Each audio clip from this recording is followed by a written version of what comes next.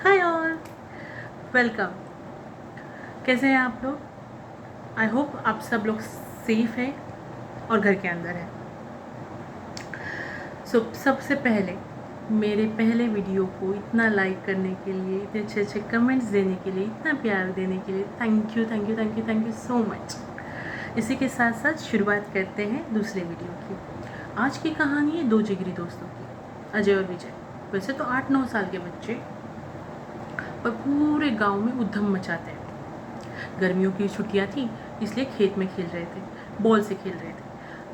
खेलते खेलते बॉल थोड़ा दूर चला गया, तो अजय उसे पकड़ने के लिए उसके पीछे पीछे गया।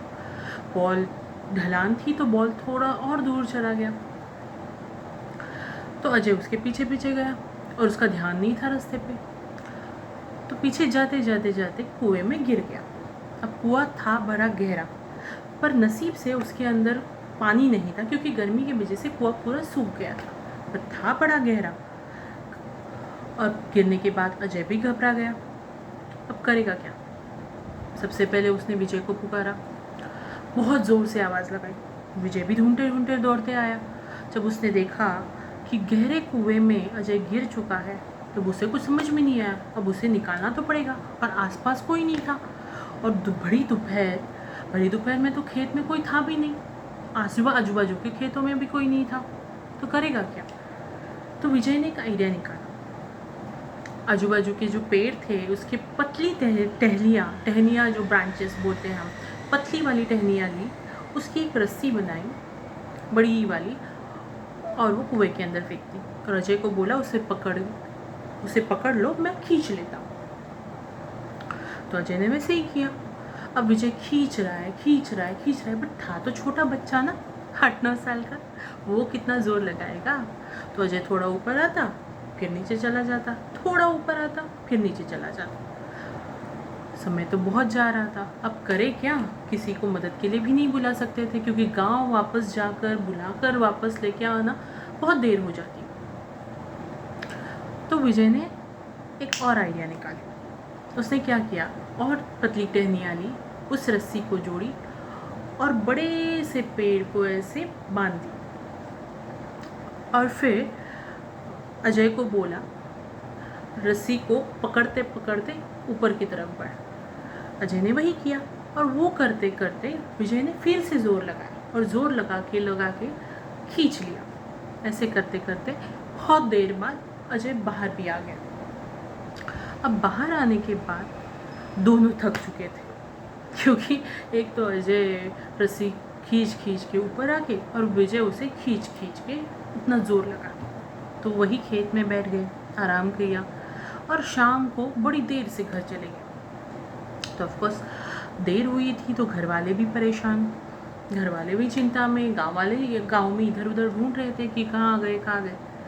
तो जब पहुँचे और जब अजय ने सब बात बताई, तो पूरे गांव वाले एक तो अचंभित हो गए, शौक लग गया उनको, क्योंकि एक छोटा सा 8-9 साल का बच्चा इतने गहरे कुएं से बच्चे को ऐसे खींच कर जोर लगा के बाहर कैसे निकाल सकता है, और अजय भी इतना जोर लगा कर ऊपर तक कैसे आ सकता है, क्योंकि गहरा कुआं था, तो खींचने के लिए ज़्यादा जोर लगाना ज़रूरी था, ऊपर आने के लिए भी जोर लगाना ज़रूरी था। और रस्सी तो मतलब उतनी स्ट्रॉन्ग होती नहीं है, कभी भी टूट सकती है ना, वीक होती है रस्सी, मतलब पेड़ की रस्सी।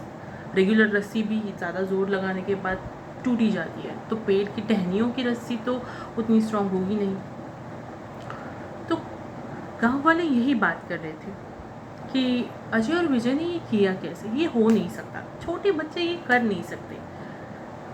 अजय और विजय सबको ये कहानी सुना कर, उत्तर दे देकर परेशान हो गए। वो चले गए सोने, क्योंकि रात भी बहुत हो चुकी थी और वो थक भी गए थे। पर गांव वालों की पंचायत वही चालू थी कि ये दोनों बच्चों ने अकेले ऐसा किया कैसे। बहुत देर तक गांव वाले गपशप कर रहे थे। उन्होंने बोला कि कोई तीसरा आदमी मिला होगा उनको रास्ते में, और विजय ने मतलब अपनी मदद के लिए बुलाया होगा, वरना दोनों अकेले ऐसा करना हो ही नहीं सकता। तब एक गाँव का सबसे बूढ़ा व्यक्ति हंसते हुए आया, ज़ोर ज़ोर से हंसते हुए आया। उसने बोला ये जो कांड किया है ये दोनों बच्चों ने अकेले किया है, मतलब दोनों बच्चों ने मिलकर अकेले किया है, उन दोनों के साथ कोई और नहीं था। तो गाँव वाले और शौक हो गए। उन्होंने बोला, दादाजी आप ऐसे कैसे कह सकते हो, बच्चों की हालत देखो, इतने पतले हैं, दुबले हैं, कैसे करेंगे।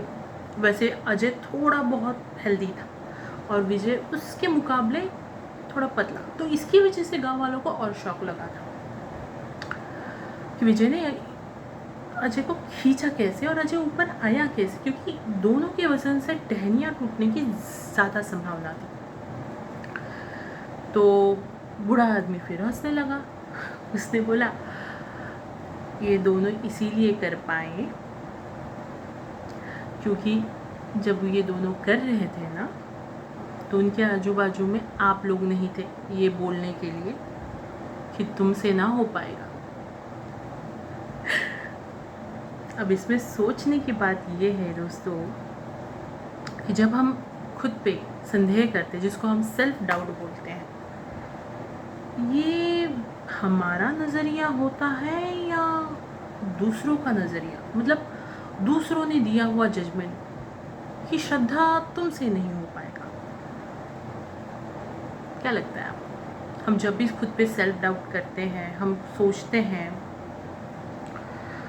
कि हमसे नहीं हो पाएगा, मैं कर नहीं पाऊँगी, मैं हार जाऊँगी या हार जाऊँगा, लोग हंसेंगे, सक्सेस नहीं मिला तो नहीं मिलेगा, मुझे अनुभव ही नहीं है ना इस चीज़ की, तो मिलेगा ही नहीं, कैसे मिलेगा।